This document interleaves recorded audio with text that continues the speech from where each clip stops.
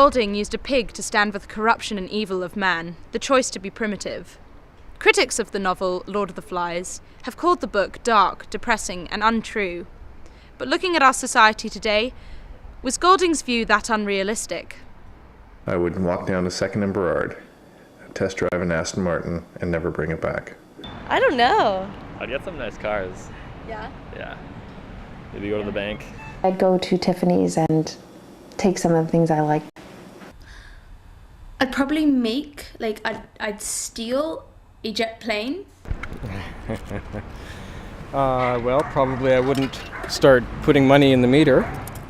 If you look at Lord of the Flies, for example, it's a nice microcosm of our social contract.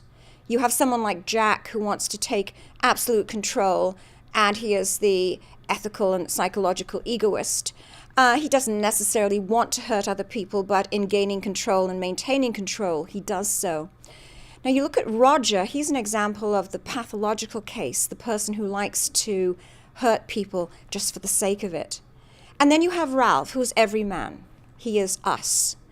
And he is the one who tries to do the right thing within the social contract, but then he invariably makes mistakes, as we all do.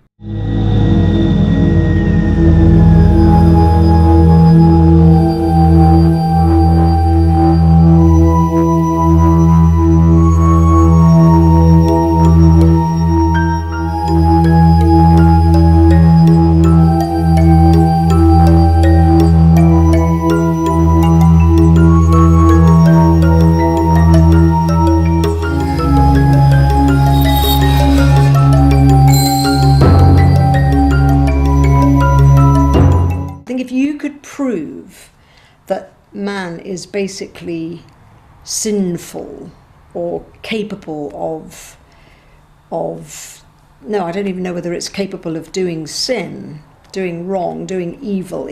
Are we born evil or are we born good? The only way you could say you were born good is if you're just measuring yourself by yourself and you've never really done anything wrong. If you look at what man's capable of doing, I think it would be very, very difficult to argue that people are basically born good. And I don't mean you have to look at other parts of the world. I think you've only got to look downtown in most major cities to see what people are able to do if they're given free rein or if they go out as a gang. I think most of us would think we were not evil. Most of us. If you were to go out and interview people on the streets and say to them, do you think you are basically evil or basically good? I think most people would give you the answer, well, I feel that I'm basically good. And that's because they probably don't kill people, they don't go out and rob banks, they're not necessarily embezzling their tax return.